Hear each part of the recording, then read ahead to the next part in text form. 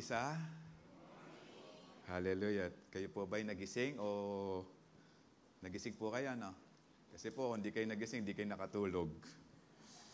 Hallelujah. Okay lang po na matulog. Magtaka na po kayo kapag habang ako ay nagsasalita ay nakatulog ako. Dahil 4 lang po ata oras o 3 oras lang po tulog ko. Dahil excited po akong makita kayo. Okay. Ganun po talaga, no? Pag speaker ka po ng 7 o'clock, you have to prepare as early as 5 a.m. No? Ang tanong anong oras ka makakatulog since nag-aaral ka pa, no? Minemeditate mo pa ang salita ng Panginoon na ituturo mo. Nakikipagniig ka pa kay Lord na paggising mo ay nandun niya yung biyaya, yung gabay ng Panginoon. At lalong-lalo na sa mga umaten ng 7 o'clock. Dahil ang mga umaten po ng 7 o'clock, ito po yung mga uhaw. Uhaw sa tulog. Ay, hindi. Uhaw po sa salita ng ating Panginoon. No, kaya po, it's a sacrifice actually. Nagsasacrifice po kayo. Di po ba, ang sarap po yata yung paggising mo, ihirit ka pa? No, di ba yung mga alarm clock may snooze? Ihirit ka pa ng 5 minutes. Nakakasampung 5 minutes ka na, di ka pa rin tumatayo. Minsan, yung alarm clock mo, hindi ko po alam, no? Kasi iba, nag-alarm clock para gisingin yung kapitbahay. Kasi hindi napakapatay. Pero I believe mga first service po, mga uhaw sa salita ng ating Panginoon. Amen? So, wala pong matutulog. Dahil sabi niyo po, uhaw. Amen. So, bago po tayo, pag-usapan po, nandito pa rin po tayo sa unfailing faith of believers. Kaya nga po, tinuturan po tayo magkaroon ng unfailing faith dahil marapit na po dumating ang ating Panginoon. Hindi po yung aandap-andap. May mga pagkakataon na medyo bumababa yung pananampalataya pero yung unfailing faith natin patuloy po itong umaangat. Hindi po yan sumusuko. Yes, may pagkakataon na knockdown tayo pero hindi po tayo knock out. May pagkakataon pa rin po tayong tumayo. Kaya yun po yung gusto ng Panginoon, na tayo po magkaroon ng unfailing faith sa Kanya, lalong-lalo na sa Kanyang salita. So, before anything else, kami po ay nagpapasalamat in behalf of all pastors ng Calvary Temple, Philippines. Salamat po sa inyong generosity na in-extend po sa amin. Salamat din po sa pananalangin na ginagawa nyo sa amin. Amen. No, kami po ay tuwang-tuwa dahil muli napatunayan po naming mga pastore, marami po talagang nagmamahal sa amin. Konti lang po yata. Nagkamali yata ako ng sabi. Okay. Salamat po. Patuloy po kayong pagpalain ng Panginoon. At panalangin ko po, dalangin ko, ibalik po ng Panginoon ng sobra-sobra at labis-labis pa na pagpapala na galing sa ating Panginoon. Amen. Hallelujah. So the last Sunday po, pinag-usapan po natin yung unfailing faith ni Bartimaeus. Hallelujah. Ito po ay bulag at biglang nakatakbo. Ay, hindi po kasi makakatakbo dahil nakakita na eh. Okay. Hirap po ata ang takbo ng bulag. So siya po ay pinagaling ng Panginoon. No? Alam niyo po, hindi po hahayaan ng Panginoon ng isang individual na mayroong pananampalataya sa ating Panginoon na hindi niya pupuntahan, na hindi niya pakikinggan, na hindi niya i-allow na yung kapangyarihan ng Panginoon na hindi niya maranasan. Meron po ba ditong patuloy na nananampalataya sa ating Panginoon?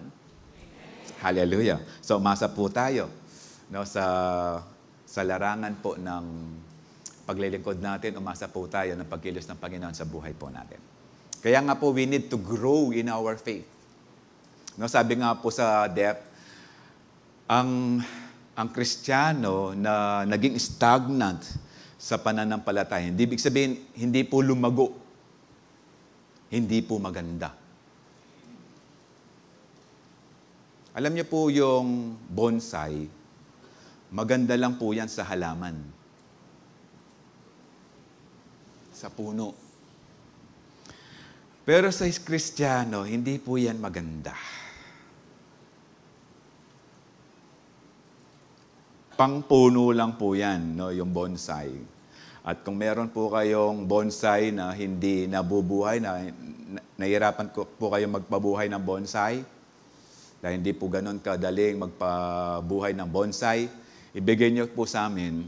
Dahil po ang misis ko, binigyan po kami ng balete na bonsai na ganyan kalaki. For 5 years na raw po nung binigay sa amin, pero ganito lang po kalaki.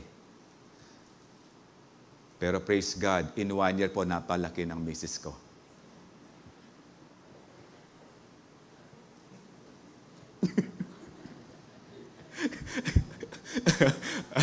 So kung meron po kayong bonsai, gusto niyo lumaki, bigyan niyo po sa amin, palalakihin po namin yan.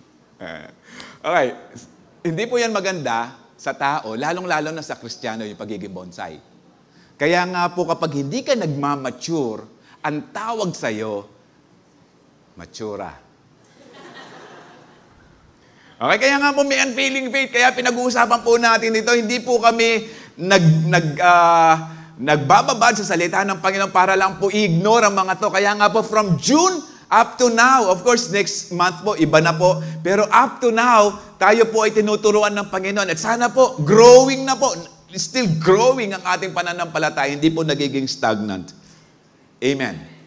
Hallelujah. Kaya nga po pag-uusapan natin right now is the unfailing faith of Mary from Bethany o of Bethany.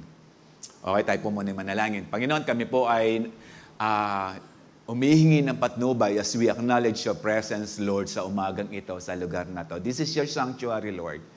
And we respect your sanctuary because of your presence.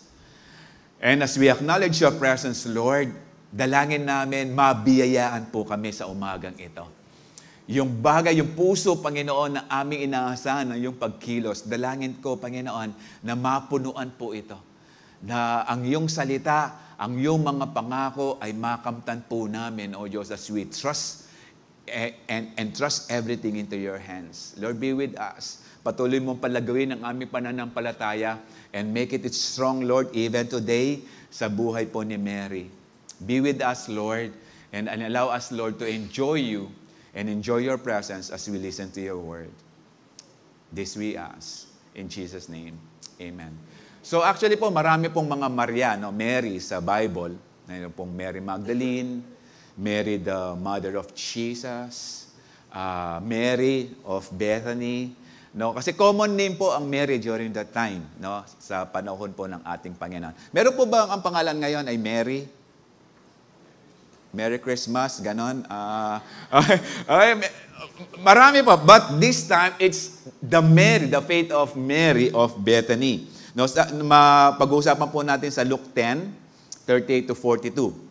Now it happened, as they went, that they entered a certain village, and a certain woman named Martha welcomed him into her house.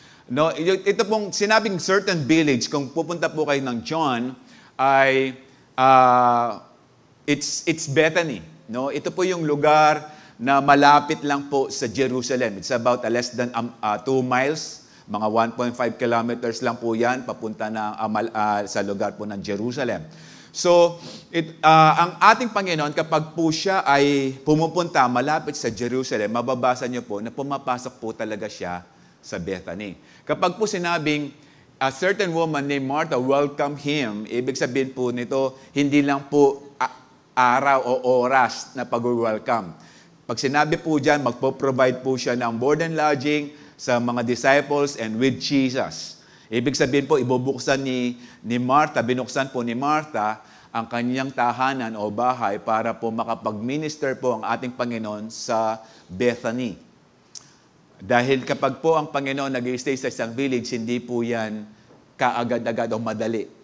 Minsan, aabot po yan ng 1 week kasi po, madalas po kapag pumunta po ang Panginoon sa isang village o sa isang lugar, lalo na kapag ito ay may synagogue, nag-i-stay po siya hanggang Sabado, hanggang makapagsalita po siya sa synagogue. Ito po yung madalas na ginagawa ng ating Panginoon. So this Mary, actually po si Mary, Martha, and Lazarus, kaibigan po yan ng ating Panginoon. Although, kung titingnan po natin, si Lord ay lumaki sa Nazareth. It's about 150 kilometers away from Bethany. Gaano po kalayo yung 150 kilometers? 150 kilometers. Okay? Parang dalawang beses po ng Angeles to Manila. Ganun po kalayo ang Nazareth sa Bethany. Okay? Okay na? Okay? Pero tingnan niyo po, naging kaibigan niya to kasi every time po, pag dadalhin po si Jesus o yung pamilya po ni Jesus, si Joseph and Mary, pagpupunta po sila ng Jerusalem to worship and to offer sacrifice, nag-stay po sila sa Bethany. Kaya nga po naging magkaibigan po yung tatlo and Jesus. Kaya nga po kapag siya ay malapit sa Jerusalem, pinupuntahan po talaga ng Panginoon yung tahanan nila, Lazarus, Martha, and Mary. And she had a sister called Mary who also sat at Jesus' feet and heard his word. But Martha was distracted with so much serving, and she approached him and said, Lord, you do not care that my sister has left me to serve alone. Therefore, tell her to help me. And Jesus answered and said to her, Martha, Martha, you are worried and troubled about many things, but one thing is needed, and Mary has chosen that good part, which will not be taken away from her. Parang sa araw pong ito, no? You have chosen the good part. Kaysa sa makapagpiesta lang. Okay? Alam ko, gumising po kayo, hindi na ka po nag-almusal, para mamaya ay makakarami kayo. So you chose the good part, to listen God's word. Kaya nga po yung mga first service, pinaghahandaan po to kasi kailangan yung pastor medyo active at alive kapag nag-preach. Kasi marami pa pong inaantok sa oras pong ito. Amen. Sabi ko na yan. Okay. So Mary, sa first point po natin. So Mary had this unfailing faith in God because she sat at Jesus' feet to listen to Him. Okay? So balikan po natin Luke 10. Excuse. Now it happened, no? As he entered a village, in certain village that is Bethany, and there was this certain woman, Martha. No, minention yung pangalan. Ibig sabihin, kilala po itong babaeng ito sa lugar. So, winelcome po ang ating Panginoon at nag-serve. Kasi po kapag winelcome, di po ba kapag nag-invite ka, alangan, hindi mo pa kakainin siya. Kaya nga ka nag-invite kasi meron kang ihahanda. Meron kang pakay. Pero ang pakay ni Martha dito, I believe, hindi lang po iserve si Lord, pero makarinig din po ng pagtuturo ni Jesus. Kasi po si Jesus nagtuturo. And try to imagine, this event, almost 3 years nang nagpipreach na sa ministry si Jesus. So popular ng ating Panginoon. In few months, ipapako na siya sa krus. Pero hindi pa alam ni Martha and Mary and Lazarus. Pero sa ganitong sandali, nakakarinig po sila ng mga milagro ng ating Panginoon. I believe, kaya nga po ito ay winelcome sa kanilang tahanan. Somehow, makarinig sila ng salita ng Panginoon o makakita sila ng milagro o pagpalain sila ng ating Panginoon. No, si Jesus, try to imagine, gaano kasaya to have Jesus in your home. Gaano ito ka-open ang bahay mo at para sabihin mo, mamaya si Jesus pupunta sa bahay namin, dito maghahapunan, dito mag-stay, dito matutulog. Gaano ka-proud? Gaano kumbaga, ka-willing to have Jesus sa tahanan mo? Hallelujah. So she welcomed him, no? And she had this sister called Mary who also sat at Jesus' feet. Alam niyo pa, pag sinabing Jesus' feet, hindi po ito talagang literal na umupo sa paanan ng ating Panginoon. Okay? Ibig sabihin dito, nagtuturo po ang Panginoon at madalas, ito po yung word na ginagamit nila kapag po yung isang rabbi ay magtuturo sa mga kalalakihan. No, in the feet of the rabbi. Okay? Ibig sabihin po, madalas, ang mga nakikinig at ang tinuturo ng isang rabay, mga lalaki. Pero nakita po ni Mary na si Jesus, hindi po siya traditional na rabay. Na lalaki lang ang tuturuan. Nakita po, naraman po ni Mary, nung umupo siya, hindi siya pinaalis ni Jesus. It's an opportunity for her na makarinig ng salita ng Panginoon directly. Face to face sa ating Panginoon. Gaano po niya kagusto na marinig ang tinig ng Panginoon? Marinig ang kanyang pangaral. Marinig ang salita ng Panginoon sa buhay po natin. Hallelujah. Pero tito po, in verse 40, but Martha, ito, pumasok na naman si but. Okay? Madalas po, nadidistract po tayo, no? Maging po yung verse na yan, kapag kayo ay very observant, tingnan niyo po, ang ganda ng pagkakashape. Oh, ako lang nakakapansin. Okay.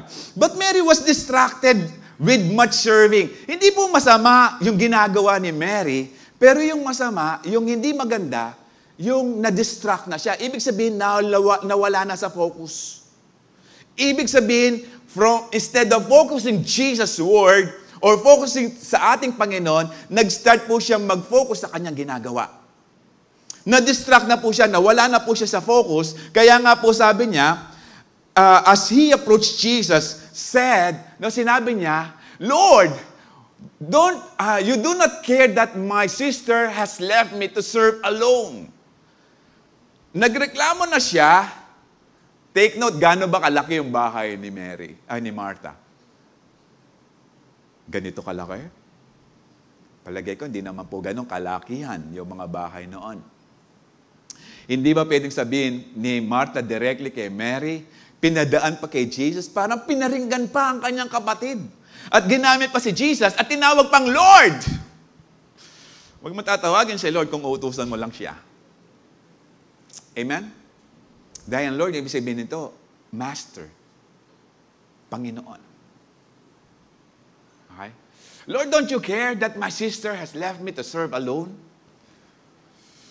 Therefore, sabi mo, tell her to help me. Parang sinasabi ni Martha dito, Lord, wala ka bang konsensya o wala ka bang napansin? Hindi mo ba nakikita na nag-serve ako dito, gawain ng babae ang mag-serve, ang mag-prepare? Pero tingnan mo, hindi mo ba nakikita kapatid ko? Kanina pa nakaupo dyan. Alam niyo sa ating Panginoon, hindi importante yung, yes, importante yung malinis na bahay at may pagkain. Pero hindi yun yung priority ng ating Panginoon. Ang priority ng ating Panginoon ay marinig ang salita ng ating Panginoon. Kaya nga po sa John 4, sabi po ng Panginoon, nung pinapakain na po ng mga apostles ng ating Panginoon, sabi ng eto na, kain na po kayo. Sabi ng Panginoon sa John 4, after meeting the Samaritan woman, sabi ng Panginoon, my food is to do the will of my Father who sent me and to finish its work. Hallelujah. So, hindi particular ang Panginoon sa pagkain. Kasi si Lord hindi kapangpangan. Hallelujah. No? Hindi siya particular. Pero ang gusto ng Panginoon, marinig mo salita ng ating Panginoon. Okay? Pero ito, the word is distracted. Okay? Kapag ang isang Kristiyano nagsimulang pumasok dyan sa distracted, meaning, hindi niya priority ang ating Panginoon. Ang priority niya ministry. Kaya ingat-ingat po tayo sa mga ministry. Hindi masama ang pumasok at mag-isali sa ministry. Ang hindi maganda ay yung ipamumukha mo na kay Lord yung dami ng ministry na sinalihan mo o pinangunahan mo. Hallelujah. Noon, dami mong ministry. Monday, meron kang ministry na see you. Tuesday, meron ka see you. Wednesday, meron ka see you. Kasi hindi ka na nagluluto sa bahay mo, nagkikain ka na lang. Thursday, ganun na. Tapos sabi mo, busy ako! Bakit ka busy? Busy ka nakikikain.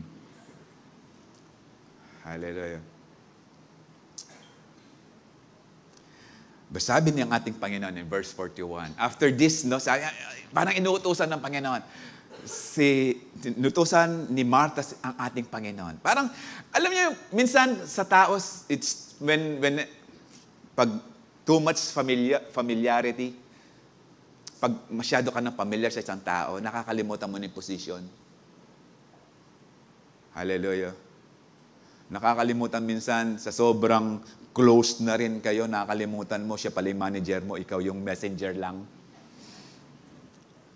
Hallelujah. Okay? Pero itong maganda kay Lord, hindi siya na-offend, pero sabi ng Panginoon in 41, and Jesus answered to her, Martha, Martha. Kapag po sa Bible, kapag po inulit yung name ng dalawang beses, it speaks about relationship. It speaks about respect. Okay? So, nirespeto ng Panginoon si Martha, no? Sabi niya, Martha, Martha. At I believe, nung sinabi ng Panginoon nito, hindi siya, Martha, Martha! O yan, nagising na. Sinabi niya, Martha, Martha. Parang nagpapatulog. You are worried and troubled about many things. But one thing is needed. One thing is necessary. Mary has chosen that good part.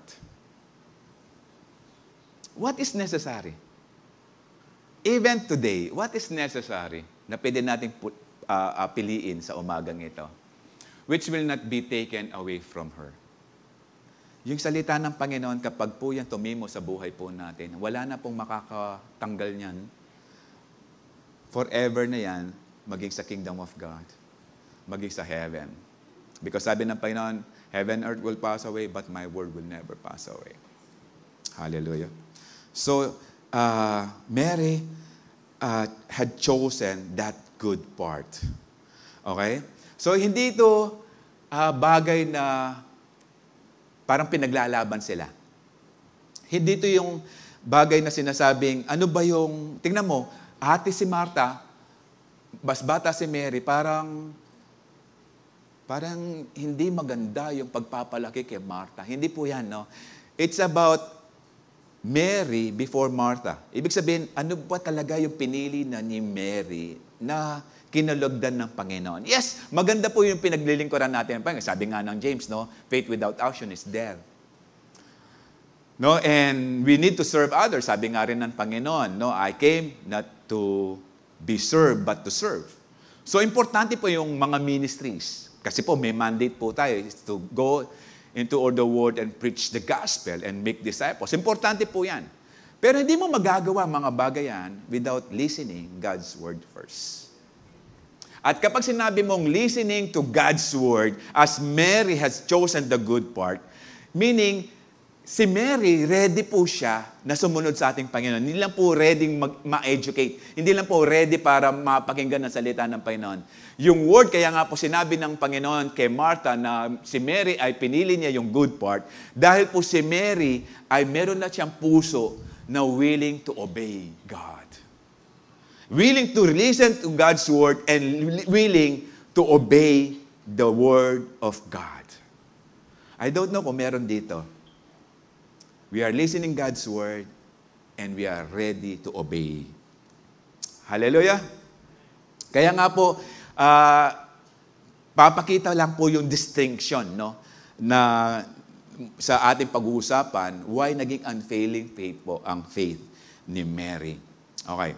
In Psalms 9 verse 10 said, those who know your name trust in you, for you, Lord, have never forsaken those who seek you. Tingnan niyo po, paano po malalaman ang isang tao, lalong-lalo na yung pangalan niya?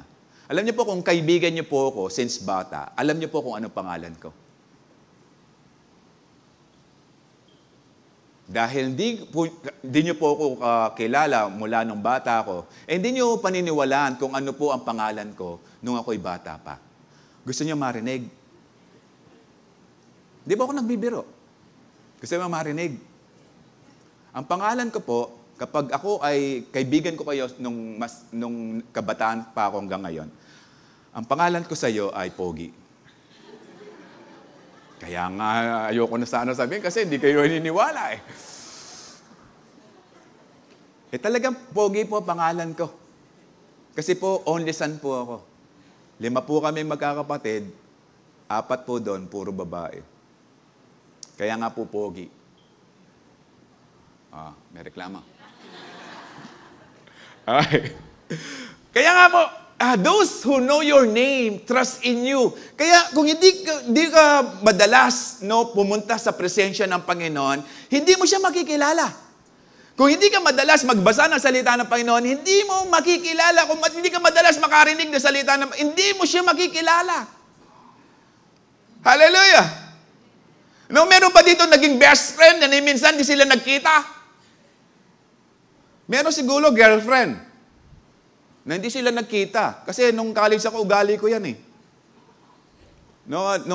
Sa AUF, nung panahon na nagtaasa po matrikula ng AUF, tapos po, dumami po yung mga estudyante na kumukuha ng nursing sa AUF.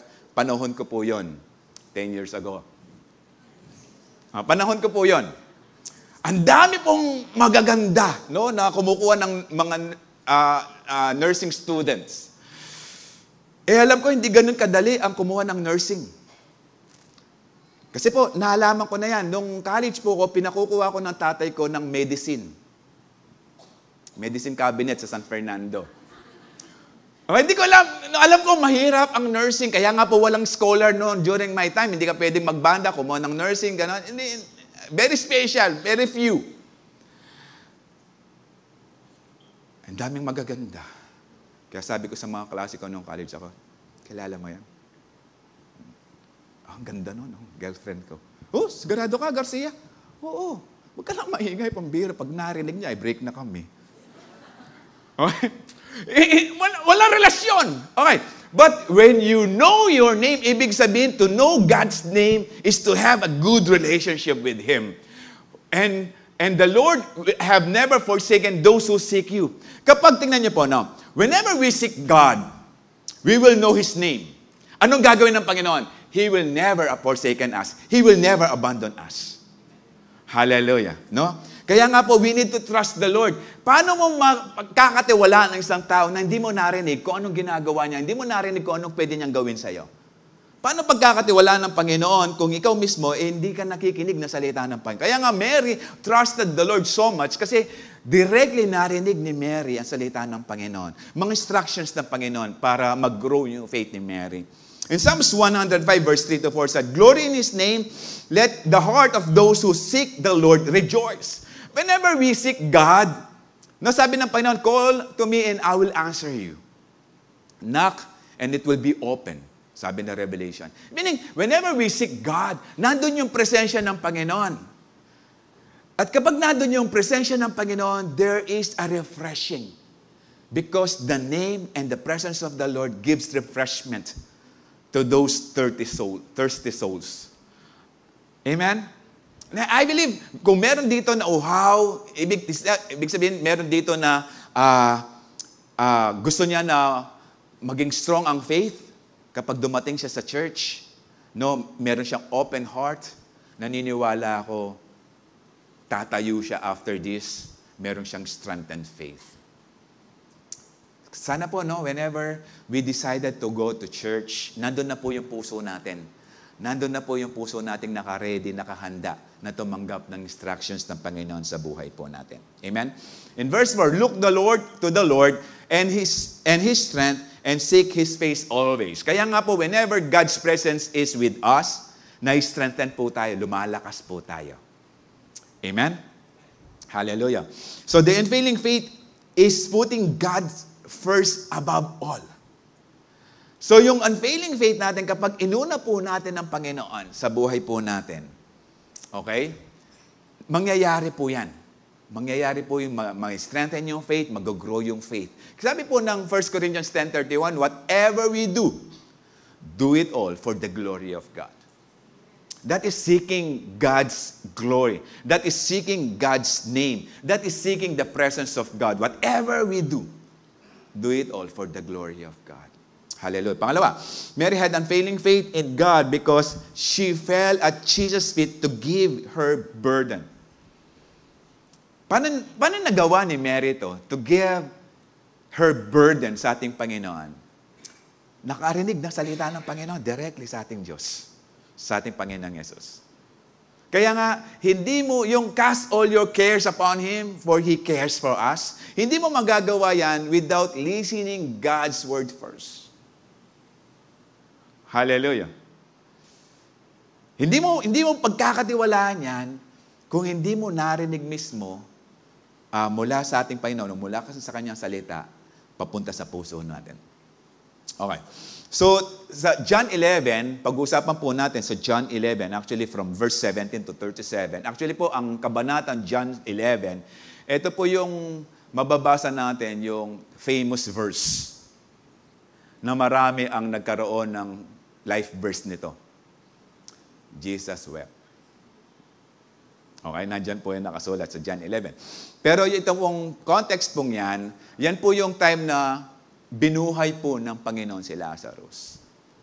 Pero ang nangyari, dinelay pa ng Panginoon ng 2 days nung malaman niya na si Lazarus ay may sakit. Dinelay pa niya kasi nais ng Panginoon na mag-perform at makita yung kalwalatian at kapangyarihan ng Panginoon sa lugar ng Bethany.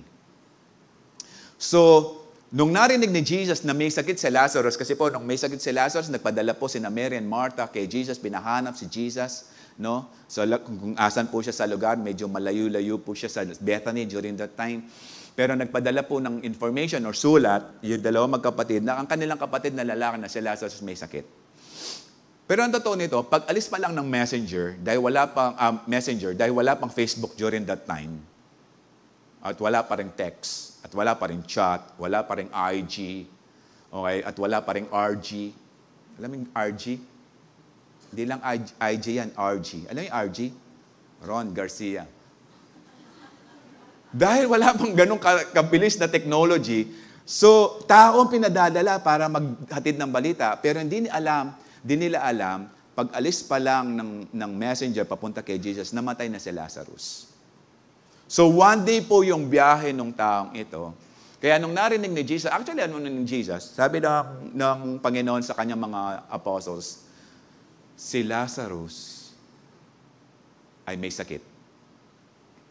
So nag-delay pa sila ng 2 days. And after 2 days, sabi ng Panginoon, balik tayo ng Bethany, punta tayo ng Bethany dahil si Lazarus ay natulog or nakatulog. Sabi ng mga disciples niya, di ba mas maganda na hayaan lang natin para ma-regain yung strength dahil nakatulog siya? No, si Lazarus patay na. Okay? 3 days na yon. So isang araw pa na biyahe, kaya nga pagdating nila, it's about 4 days na. Okay? Ito po yung kabanata. Noong dumating na po siya sa Bethany, on his arrival, Jesus found that Lazarus had already been in the tomb for 4 days. Now Bethany was less than 2 miles from Jerusalem. And many Jews had come to Mary and Martha and Mary, to comfort them in the loss of their brother. Alam mo, talagang marami po ang makikiramay kasi po, ito pong dalawang babaeng ito, wala pang asawa. Ang inaasahan lang po na magtatrabaho sa kanila ang kanilang kapatid na lalaki na si Lazarus. Parang natanggalan po sila ng breadwinner at hindi na po mabubuhay ang dalawang ito kung wala pong tutulong na ibang tao sa kanila. Kaya nga po marami ang nakiramay sa kanila. When Mary heard that Jesus was coming, she went out to meet him, but Mary stayed at home. So unang nakarinig na naman si Martha. Okay? Paglapit niya kay Jesus sa verse 21, sabi na naman, Lord, Martha said to Jesus, if you had been here, my brother would not have died. So kung nandito ka lang, kaya nga sabi ng Panginoon, praise God, wala ako during the time na may sakit si Lazarus. Kasi kung nandun po si Jesus sa Bethany, okay, take note, yung John 11, it's about 3.5 years nang nasa ministry ang ating Panginoon. Okay? It's about 3 and 5 months. So, nandun na siya. Malapit nang ipako ang Panginoon dito sa krus. So, kung nandun siya sa Bethany, kasi mo malapit na eh. Saan po ipapako si Jesus? Sa Jerusalem. Alam mga kukunin pa yan sa Capernaum o sa Galilee. Dadalhin sa Jerusalem. No. So, nangyari,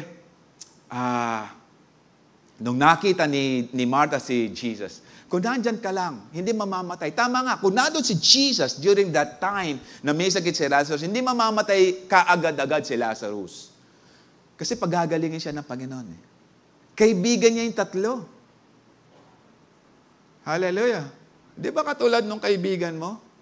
Nagka-problema ka, iniwanan ka? Iniwanan ka sa ere. Si Lord hindi siya ganyan. Pero para sinasabi ni Martha dito, Lord, iniwanan mo kami sa alanganin. Iniwanan mo kami sa ere. Hindi ka nga agad-agad dumating eh. No, umuwi na yung messenger dito, nag-report na nalaman mo na yung balita, pero hindi ka pa rin kaagad-agad dumating. Pero kahit dumating ang Panginoon during that time, patay na rin si Lazarus. Pero bakit dinelay ng ating Panginoon? Kasi there was no record yet na yung 4 days ay bumangon magmuli. Meron 3 days. Pero yung 4 days, wala. Kaya nga siguradong patay. Yun ang inassure ni Jesus para makita yung kalwalatian at kapangyarihan ng Panginoon. So sabi ng Panginoon sa verse 22, but I know, sabi ni Martha, that even now, God will give you whatever you ask. Nandun yung faith. Pero hindi ko alam kung talagang bukas sa puso or dahil lang nakita si Jesus and because of her disappointment na hindi ka agad-agad dumating si Jesus, no? Nasabi niya to. Pero sabi ng Panginoon, Jesus said to her in 23, your brother will rise again. Kakain ulit siya ng kanin. Rice eh. Ay, hindi, babangon. Babangon siya. Kaya nga kapag nasa audio Bible ka lang, minsan, no, mas maganda talaga yung binabasa mo, hindi lang yung audio. Kasi minsan yung audio, pag sounds like, magpo-presume ka na ganun na lang. Okay. Hindi ko sinasabing masama ang hindi maganda ang audio Bible. Maganda rin yan. Pero mas maganda rin po yung binabasa natin. Amen. Meron pa ba ditong Bible na ganito? O puro cellphone na lang? Ngayon, high-tech na eh, no? Yung faith, high-tech na rin minsan eh. Kasi nung ako'y kabataan pa, kabataan, yung mga Bible noon, nung bata-bata kami, mas malaki pa dito, mas mabigat. Okay? Sino po yung kasabayan ko ng kabataan 15 years ago?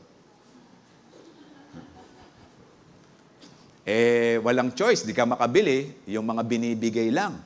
So, malaki po yung Bible na dala ko. One Sunday, dumadaan po ako dyan. Kwento ko po to sa fourth service. May kaklase pala akong nanungupahan dyan. Kalilipat lang. Okay? Hindi ko alam. Yung Bible ko, kulay green pa eh. Bigay ng Gideon. Alam niyo yung Bible ko, maganda siya kapag hindi ka nakakatulog. Pag di ka nakakatulog, basahin mo yung Bible ko. No, lalo na kapag nakahiga ka na. Kasi kapag binasa mo yan at medyo inantok ka at nahulog sa tulog ka talaga. So, sobrang bigat. Okay? So, nung nakita ko siya, malapit na eh. Mga 10 feet away na lang kami. Sabi, Garcia, umatan ka pala dyan. Alam niyo bakit medyo nahiya ako? Katandem ko yon eh, sa Codigo.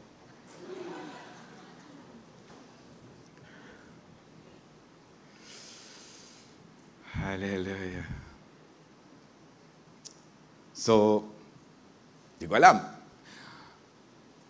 That was in my old age, old life. No? Yung bago-bago pa lang po akong Kristiyana nun. Hallelujah. Parang kayo ngayon, wala nang Bible. Cellphone na lang. Amen? Amen? See? Totoo. Okay.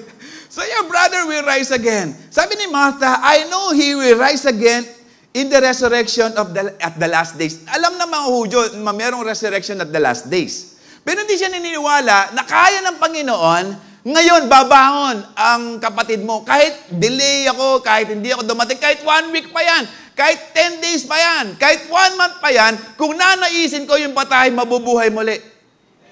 Hallelujah. So sabi ng Panginoon, I am 25, sabi niya kay Martha, I am the resurrection and the life. Ako yung resurrection. Ako yung walang kamatayan. Pag sinasabi niya sa akin, kay Martha, o maging sa atin ngayon, walang kamatayan sa akin. And the one who believes in me will live, even though they die. Kahit namatay na yan. Because I am the resurrection. Ako yung may hawak ng buhay. And whoever lives and believes in me will never die. Do you believe this? Hallelujah. Actually, this is the message of the Lord.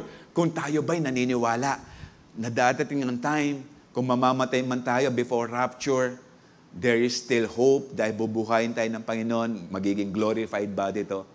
Pero si Lazarus, hindi pa siya glorified body. Okay? Mamamatay pa rin si Lazarus kahit binuhay ng Panginoon, namatay pa rin siya, hindi pa rin siya glorified body. Okay? Pero tayo, kapag namatay po tayo at minitnan po tayo ng Panginoon, magiging glorified body po tayo. Ibig sabihin po nun, kung makikita niyo po ako, hindi niyo ako makikitang matanda. Makikita niyo ako nung kabataan ako.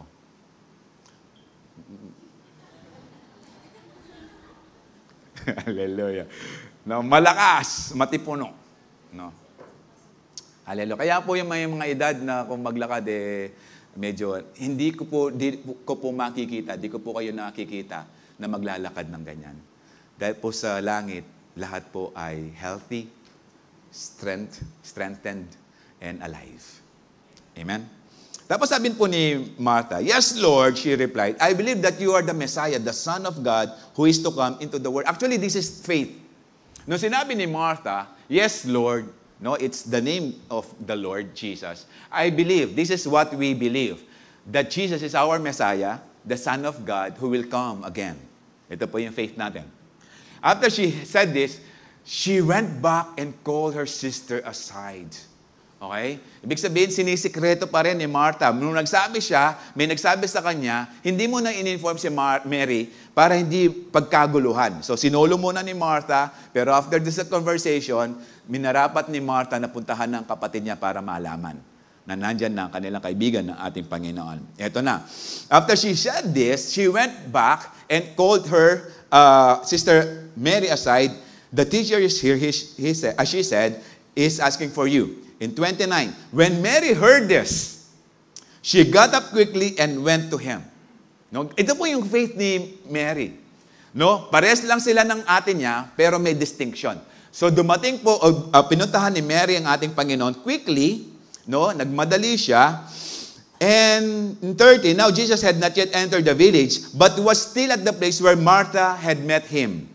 When the Jews, yung kasama ni Mary, nakita nila nagmadaling lumabas si Mary, sumunod din sila, yung mga Hudyo. At para sundan, baka si Mary ay magmumorn o iiyak doon sa puntod ng kanilang kapatid na si Lazarus. In 32, when Mary reached the place where Jesus was and saw him, eto po, she fell at his feet and said, "Lord, if you had been here, my brother would not have died." Ano po yung difference ni Martha? Si Martha, nung lumapit sa ating Panginoon, nakatayo.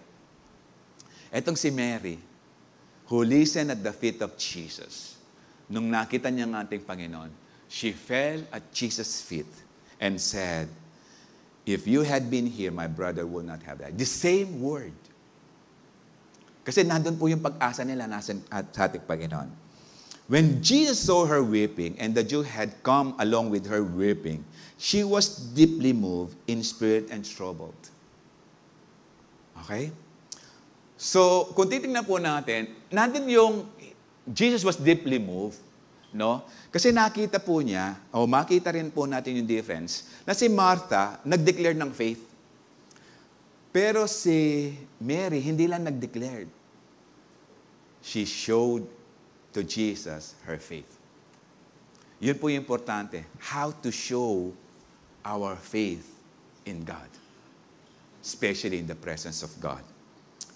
No? Tingnan po natin yung deeply moved. No? Si John 11:33 sa NLT version, ganito po sinabi, "When Jesus saw her weeping and saw the other people wailing with her, a deep anger welled up within him, and he was deeply troubled." Nandun po yung galit dahil nakita po ng ating Panginoon kung gaano po kawalang halaga o kawalang pag-asa kapag ang isang tao namatay, nawala ang ating Panginoon sa buhay niya. Death is the consequence of sin. Kaya kita ng Panginoon kung ano yung hirap na dudulot ng kamatayan because of sin. Kaya nga, nandun yung galit niya. Hindi galit sa mga kina Mary and Martha, galit ito doon sa consequence ng sin. Kaya nga po, nung napako po ang ating Panginoon, pinaglaban niya po ang ating kamatayan. He redeemed us this life sa impyerno. Hallelujah. Tuloy po natin. And the Lord said, "Where have you laid him?" Saan niyo siya nilibing? "Come and see," they replied. Dito po, Jesus wept. Hindi po siya lumuha o tumangis nang dahil patay po si Lazarus. Nanangis po siya dahil wala pong naniniwala sa kanya. Kasi alam ng Panginoon, bubuhayin si Lazarus. Pero nanangis po siya for about 3.5 years. For about more than 3 years na siya nangangaral. Nakakarinig yung mga Hudyo ng mga milagro ng ating Panginoon. Nangangaral ng katotohanan ng Panginoon. Kaya nga po tinawag siyang rabay. Pero sa ganitong pagkakataon, hindi pa rin siya pinapaniwalaan. Kaya nga po, he wept. No? And in 36, then the Jews said, "See how he loved him?" Ganon ka-close ang magkaibigang ito.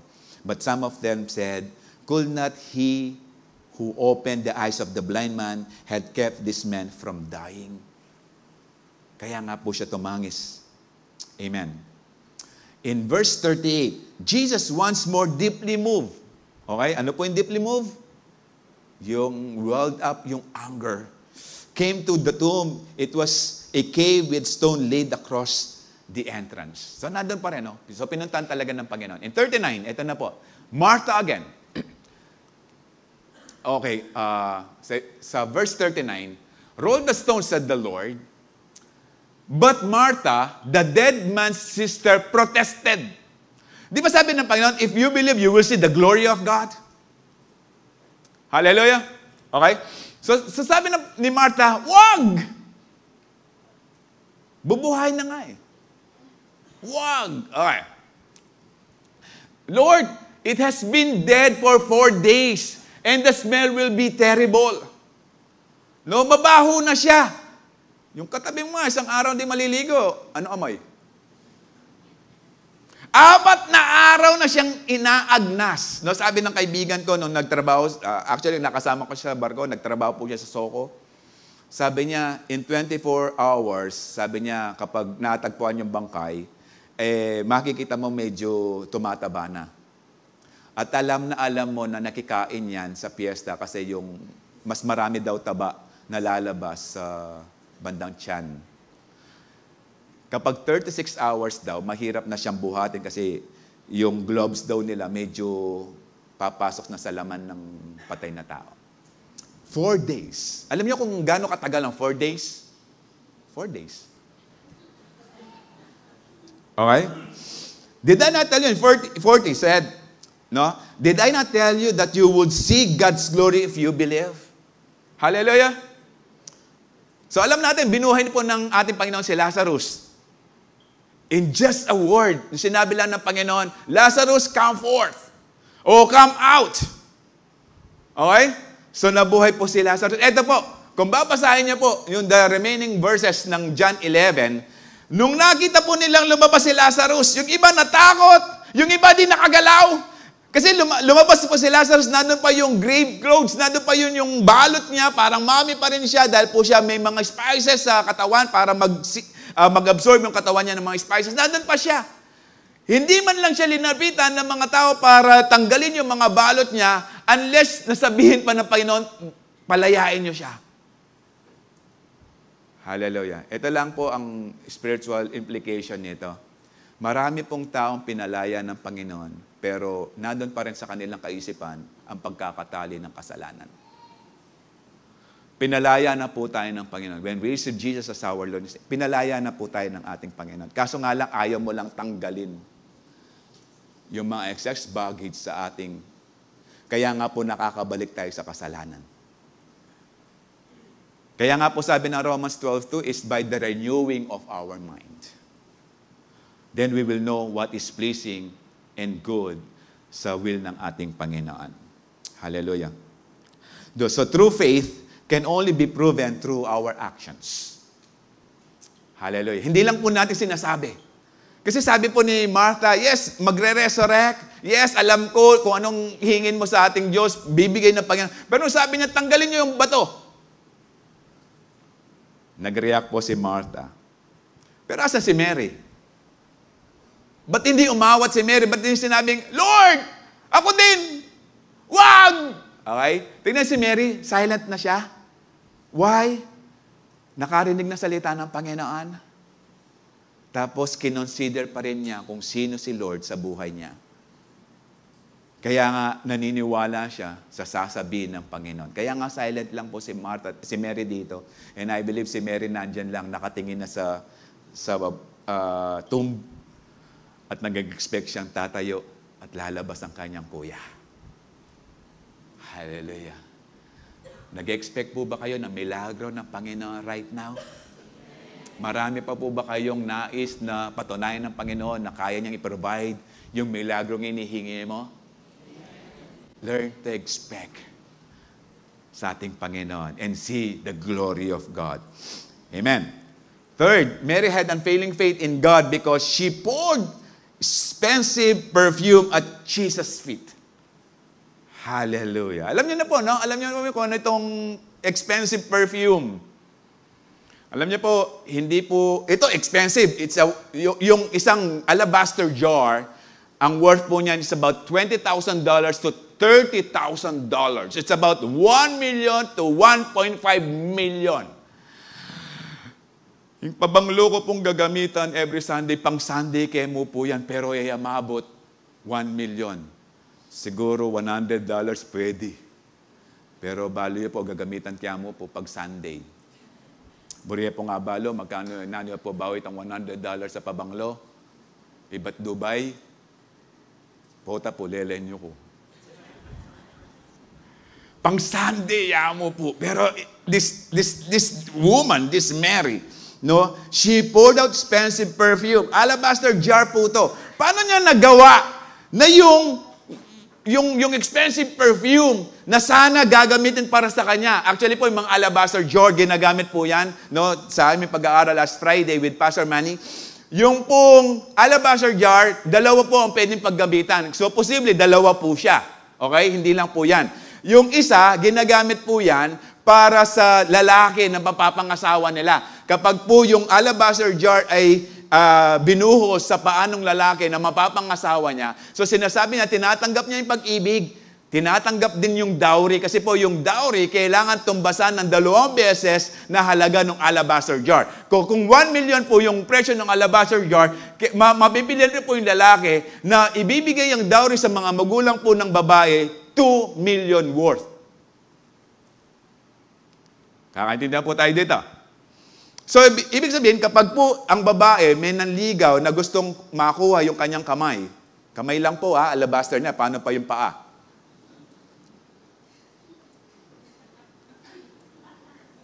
Mapangasawa, okay?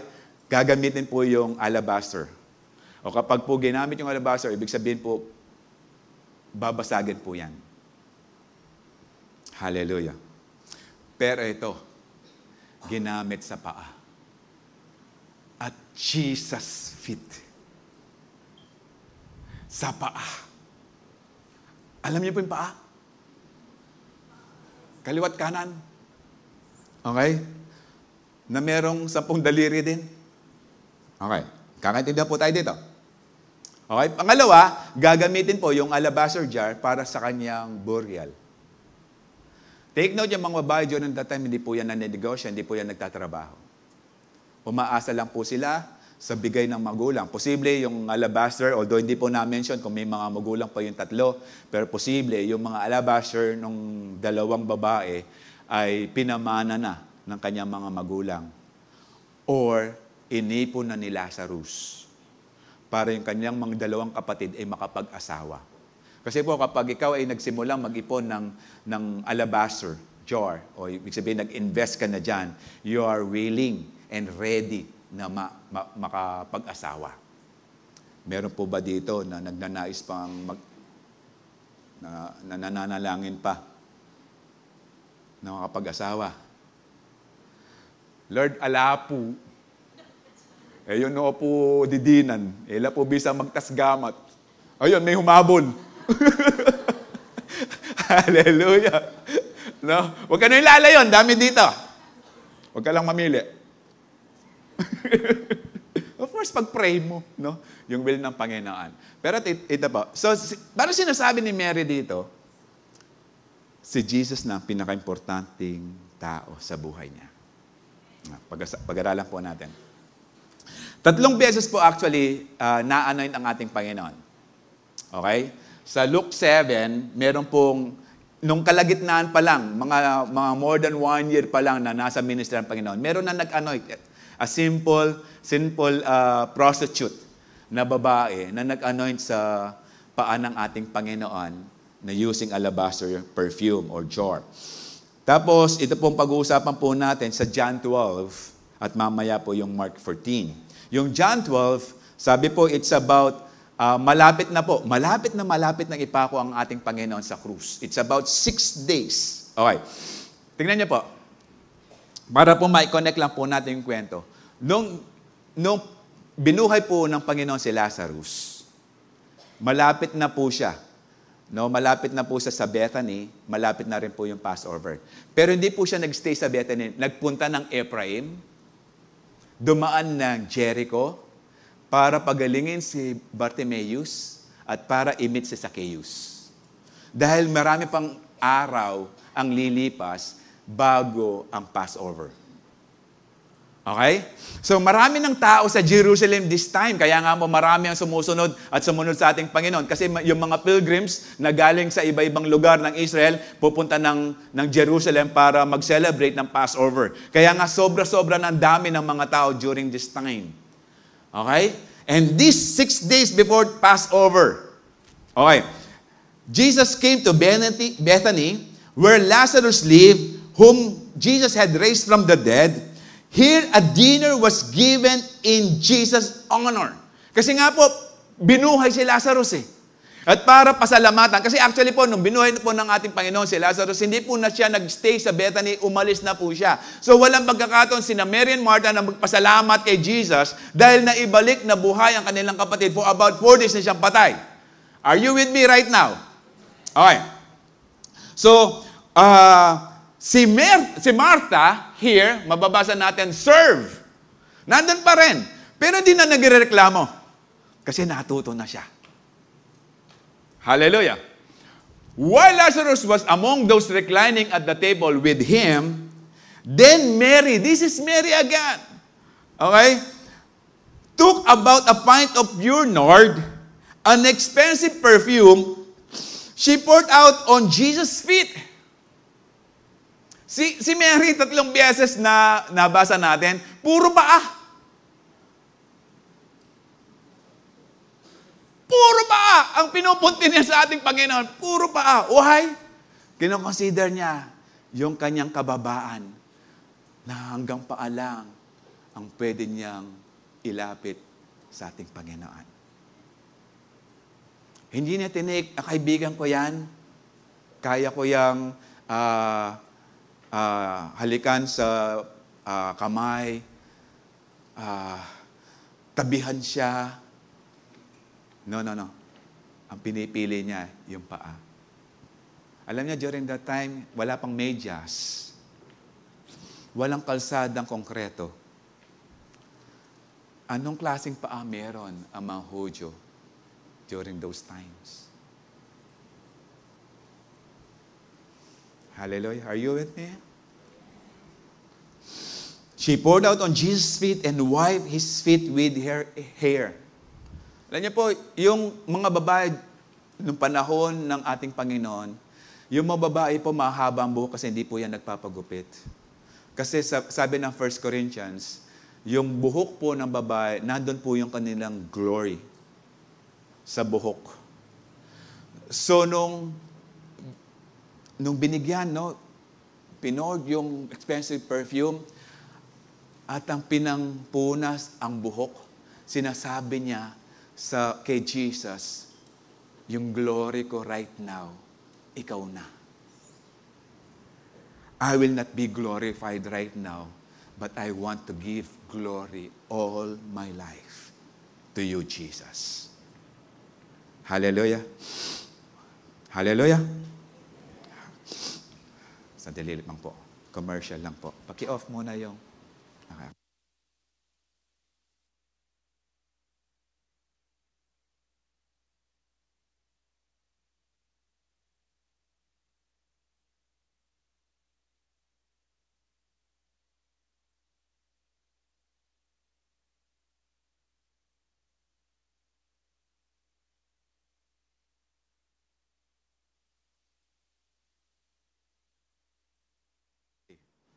Hello? Okay na? Okay. So kahit isang oras pa tayo, pwede na. Okay. Pero, eto na. Nung binasag po yung alabaster jar. Actually po, kapag po in-invite mo yung isang tao, especially guest mo, ikaw ay Hudyo, pagpasok pa lang ng bahay mo, huhugasan mo na ng paa gamit ang tubig. Okay? Para yung special guest mo ay pagpasok niya, malinis ang paa. Okay. So yung mga disciples, mga apostles ng ating Panginoon, hugas ang paa. Pero nung nakita ni Mary, hindi lang worth ni Jesus yung hugas paa sa pamagitan ng tubig. Kaya nung kumakain na sila, ito lumapit po si Mary, dala yung kanyang alabaster jar.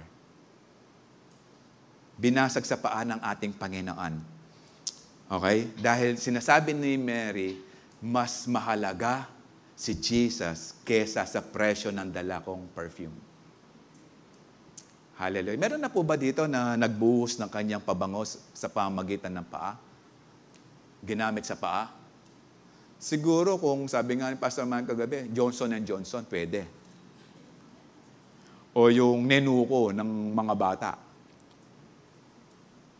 Pwede. Pero wow, worth 1 million. Babasagin ito, hindi lang spray. No? Ako nga, tipid na tipid sa spray. Pang Sunday na nga lang, tinitipid pa eh. Eh yun, binuhos lahat. Ganito po, ini-equate ni Mary ang kahalagahan ng Panginoon sa buhay niya. Hallelujah. But one of these disciples, eto na, Judas, who was later to betray him, objected. Why was not this perfume sold and the money be given to the poor? It was worth a year's wages. Alam niyo, sa taong hindi mananampalataya o sa taong corrupt, yung ganyang halaga, tawag dyan, waste. Sayang. Sinayang. Okay, sa mga taong corrupt.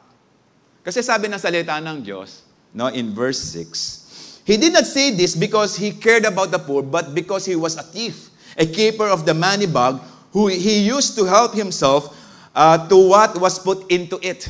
So, ibig sabihin, nangungulimbat. Dun, treasurer po si Judas, kapag nakikita niyang may pumasok na pera, nakakakuha pa siya. Mangupit yun. Dito pong mapangupit, ingaos daken, Judas. Hallelujah. Retang kurap. Ela, kontento ken sweldo da, ingaos ken. Okay, kayo na nagsabi. Okay? So, pinresyuhan yung kind of worship na ginagawa ni Mary na it's about a year's wages. It's about $20,000 to $30,000. Parang binigyang presyo. Take note, kapag po tayo nag-worship kay Lord, tapos sinasabi natin, Lord, ating kusanang income na 30,000 ngini, pero binyeke ka. Alam nyo, hindi natin pwedeng pagmalaki yon. Dahil buhay ng Panginoon ay binigay sa atin para po magkaroon tayong access sa presensya ng Panginoon. Hallelujah. Hindi perfume ang binigay ng ating Panginoon na bumuhos sa krus ng Kalbaryo, but His blood. Yung buong dugo ng ating Panginoon, yun ang binuhos niya. Si Mary, alabaster jar lang. Pero sabi ni Judas, grabe. Alam mo, kung si Jesus, hindi niya worth yung alabaster or expensive perfume, then sasabihin mo nga, sayang. Sayang, sinayang. But, kung kinoconsider mo si Jesus, worth niya more than that alabaster jar, then di mo masasabing, sayang. Hallelujah! Kaya ngayong oras mo ngayon, kung ang Panginoon importante sa'yo, hindi mo sasabihin na sayang yung oras ko, 2 oras ko sa pakakinig na salita ng Diyos. Hindi na nasayang yung oras ko sa kaka-service, sa 7 o'clock service. kung ang si Kristo na pinaglilingkuran natin, importante sa buhay mo. Hallelujah. In 6, he did not say this because, okay, and in 7 said, leave her alone. Jesus replied, it was intended that she should save this perfume for the day of my burial. Hindi alam ni Mary na in few days, in 6 days, mamamatay ng ating Panginoon. Ginawa po to Saturday night. Okay? Saturday night. The next day, triumphal entry. Hallelujah! The next day, triumphal entry na ng Panginoon. And in few days, uhulihin ng Panginoon, paripa ako sa krus. It was intended that she save this perfume for the day of my burial. Verse 8, you will always have the pure among you, but you will not always have me. Dahil sinasabi ng Panginoon, malapit na akong ipako sa krus. Yes, parang sinasabi ni Mary right now, ine-entrust na niya ang kanyang buhay, ang kanyang future sa ating Panginoon. Kaya nga, she gave this alabaster jar, yung pinaka-treasure ni Mary, yung kanyang alabaster jar. Hallelujah. At kung titingnan niyo kung paano nagpakumbaba si Mary, paa. Hallelujah. Parang sinasabi ni Mary, yung kanyang alabaster perfume, yung expensive perfume niya, hindi karapat-dapat sa katawan ni Jesus, hanggang paa lang.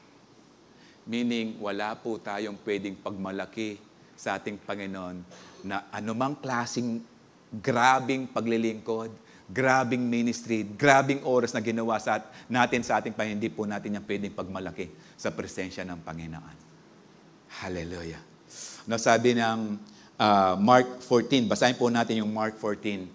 This is the third time na inanoint po ang ating Panginoon, no, with expensive perfume. Now the Passover and the festival of unleavened bread was only 2 days. Kanina, 6 days. Right now, it's 2 days away. And the chief priests and the teachers of the law were scheming to arrest Jesus secretly and kill him. But not during the festival, they said, or the people may riot. In verse 3, while he was in Bethany, reclining at table in the home of Simon the leper, a woman came with alabaster jar of very expensive perfume made of pure nard. She broke the jar and poured the perfume on his head. This time, on Jesus' head. In verse 4, some of those present were saying indignant to one another, why this waste of perfume? Some, eto na, marami na nag-o-object. Kanina si Judas lang. Okay? This time sa ulo na, pero sabi, it's a waste of perfume. Hindi pa rin natuto yung mga disciples ng ating Panginoon. It could have been sold for more than a year's wages. Ito, more than wages, a year's wages. And the money be given to the poor. And they rebuke her harshly. Sino nag-rebuke? Yung mga disciples ng Panginoon. Kasi nga po, sa bahay po ito. Hindi po makakapasok yung hindi imbitado. The disciples of the Lord. In verse 6, leave her alone, Jesus said. Why are you bothering her? She was done very beautiful thing to me. The poor you will always have with you, and you can help them anytime you want, but you will not always have me. The same word na ginamit ng Panginoon sa kanila. In verse 8, she did what she should. So, nakatakda po na gawin sa kanya to. She poured perfume on my body beforehand to prepare for my burial. Truly, I tell you, wherever the gospel is preached throughout the world, what she has done will always be told in memory of her. Yung bagay na ginawa po natin sa ating Panginoon, hindi po yan kakalimutan ng Panginoon. I believe, itong babaeng ito na hindi minention po ni Mark, this is the same Mary. But this time, posible, no? In my own opinion, the same thing with Pastor Manny na sinabi kagabi, it's our opinion. Hindi po kasi hindi po na-mention kung ano pong pangalan nito. Pero it's a different day. 6 and 2. But this time, sa ulo at katawan na ng ating Panginoon. I believe this is the same Mary. Using the second alabaster jar. Dito pinapatunayan na ni Mary hindi lang ang kanyang future, maging ang kanyang buhay, pinagkakatiwala na siya sa ating Panginoon. Sinasabi niya na kahit na hindi na siya mabango kapag namatay, nandun pa rin, paglingkuran na niya ating Panginoon. Hallelujah. And I believe si Lord nung namatay sa krus, mabango siya. Because of that expensive perfume. Sabi nga ni Luke kanina, na the house was filled with fragrance because of this jar, this alabaster jar. Hallelujah. Sabi ng Luke 14:33, in the same way, those who do not give up everything you have cannot be my disciples. If we are not willing to give up, yung pinakamahalaga sa atin, sa buhay natin, in exchange sa ating Panginoon, hindi tayo pwedeng maging disciple ng Panginoon. Hallelujah. Sabi rin ni Pablo sa Philippians, I once thought these things were valuable, but I considered them worthless. Pag sinabing worthless, ito ay sira na, damaged na, wala na value. Because of what Christ has done. Ito po sinasabi po ni Pablo, dahil sinasabi niya siya ay Hudyo. Naniniwala yung mga Hudyo during those times before Jesus and after Jesus' death. Kaya nga po nangangaral si Pablo sa mga Hudyo before. Dahil naniniwala po sila na hindi sila pupunta ng impyerno. They were chosen by God. Exempted sila sa impyerno. Ang mga pupunta lang ng impyerno ay mga Gentiles. Na sinasabi nila kapag nagkukulang na ng apoy ang impyerno, gagawa ang Panginoon ng Gentile para panggatong sa impyerno. Pero hindi ang mga Hudyo. Pero sinasabi ni Pablo dito, kahit Hudyo ko, bona fide Jew, anything that I have, sabi ni Pablo, is worthless. Yes, everything is worthless when compared to the infinite value of knowing Christ Jesus my Lord. Kung nandun yung pagmamalaki mo, kung meron kang bagay na hinahawakan before God, meron kang pinagmamalaki na sa'yo sa harapan ng Panginoon, you cannot be Christ's disciples. Comparing the infinite value of knowing Jesus Christ. For His sake, I have discharged everything else, counting it all as garbage. The word is dung, dumi ng hayop. At ang dumi ng hayop, good lang po yan para sa lupa. So that I could gain Christ. So that I could gain Christ. Si Pablo po, he wrote many books in New Testament. Jew, Pharisee, under Gamaliel, ang pinakasikat na nagtuturo ng salita ng Panginoon during that time. Pero binitawan niya lahat ito to have Jesus in his life. Hallelujah. Hallelujah. The question is right now, ano po yung alabaster jar natin na pwede nating i-offer sa ating Panginoon right now? Na pwede na nating basagin?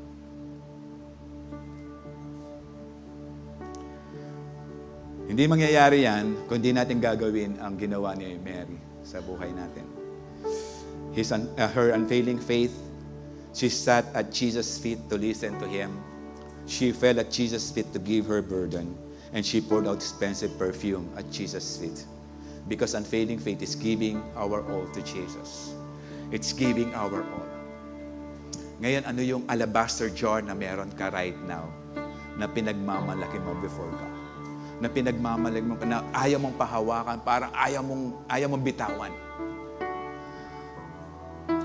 Then, kung ayaw mong bitawan yan, sinasabi mo lang sa harapan ng Panginoon, yun ang mas importante kaysa sa Diyos. Hindi ko alam kung ano yung mga bagay na meron kayo right now, pero isa lang po ang word ng ating Panginoon. Walang sayang sa ating paglilingkod kay Lord. Meron ka mang iniwanan na trabaho, meron ka mang bagay na binitawan, hindi po yan sayang. Papalitan po ng Panginoon 100-folds. Naniniwala po kami si Mary na kapag-asawa pa yan. Binlessed ng Panginoon. Yung in-offer niya sacrifice, yung bagay na ginibap ni Mary para lang sa ating Panginoon, I believe pinagpala, kinalugdan ng Diyos. Sa umagang pong ito, kung bibitawan natin yung bagay na yan, na pinagmamalaki natin sa buhay natin, Kaya hindi nakakakilos si Lord sa buhay niyo. Dahil meron pa rin kayong alabaster jar na ayaw mong pahawak kay Lord. But this time, challenge tayo ng Panginoon right now. Basagin mo yung alam mong alabaster jar ng buhay mo. For the glory of God. For the glory of God. You're looking into